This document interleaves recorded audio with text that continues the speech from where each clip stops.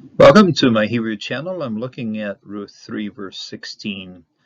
In this portion, in this verse, we are seeing Ruth returning to Naomi and beginning her report as to what happened at the threshing floor. So it's basically a report as to all of the happenings. So let's get into the narration here.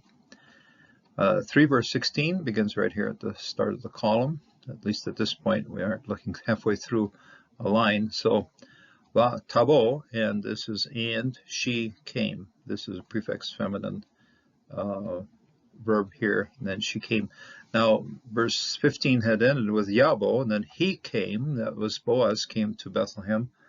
Separate sequence there, and here this is picking it up as to Ruth returning then to her mother-in-law. Tabo, and then she came, El, towards, this is El, independent pronoun, to, nice little makef here, and then Ha, Mo, Tach, to her mother-in-law of her Hilamapik, reminding us this is possessive pronoun at the end of that, and so to her mother-in-law. Va Tomer, and then she said, now, since this is a question being made here, from Naomi to Ruth, this then does have a change out of person. You have Tomer, and then this is then Motecha, that is the mother-in-law said, and then Naomi said, okay, Tomer, Mi at, very literally, who are you? And then she knows who she is because it goes, Mi at biti. Who are you, my daughter? So she knew exactly who she was talking with. She was talking with, of course, Ruth. But the question then extends a little bit beyond just who you are, but it extends to who you have become or what has happened to you. So that's an interrogatory, me, okay, who or what.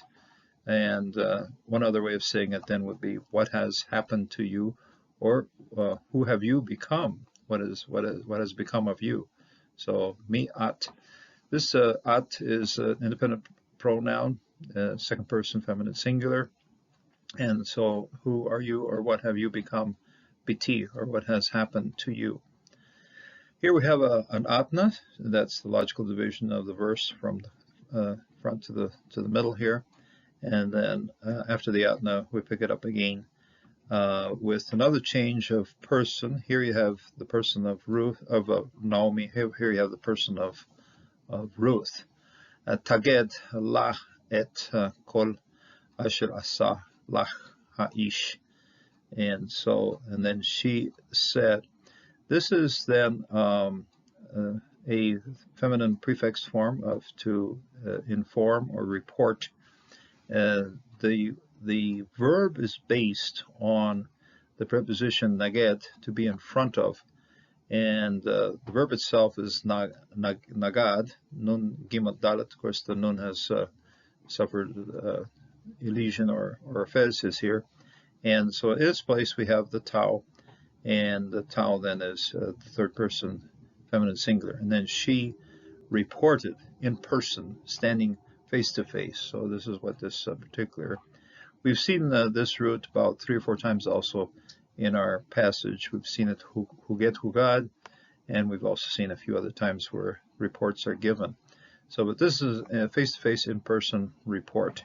And then she reported to her, lach, the lama's preposition here, and the hey, the comments hey with a mapik is third feminine suffix form pronoun.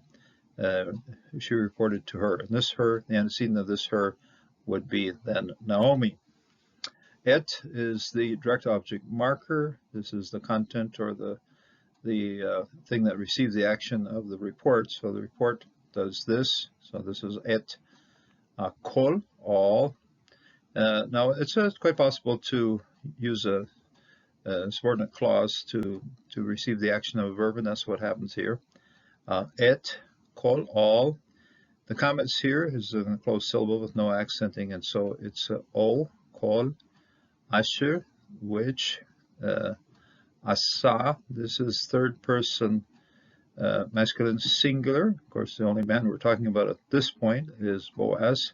Interesting, there's been numerous shifts as to which verb is saying which, but based on context, it's quite clearly who's doing what. So here we have Asa. This is and what he did.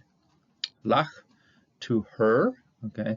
Haish, the man. Now, the man here, we see very clearly, has a hey with the comets. It has comets because the Aleph doesn't allow a dagish, and so it has to be pumped up to a comets rather than just simply being up atop. That's quite normal of this particular construction. So Haish, the man. What has, and because it's definite, you're going to say there's only just one man who we're referring to here, happens to be Boaz. So what the man has done. Often our actions, and so sometimes, most certainly in this case, Naomi was waiting. Naomi was very much attentive to what was happening there, and knew things would go one way or the other, and really wanted to hear it. So she's very much involved in what's happening here. Whatever actions that take place between Boaz and Ruth most certainly have consequences for Naomi. So Naomi is very much interested in what's going on. And there are certainly times when we have to stand in person, explain ourselves as to what's happening. And most certainly in this case, Naomi gave a full report as to what had happened at the threshing floor and all that entailed and all that would derive from that. So Naomi then also hears of this, and in the following verses, we're going to have some interpretation as to what this all means. And so you have to stick around and listen to my next video as to what this relationship is developing into and what's happening here in this story. So God bless and God strengthen you in this day until the next time.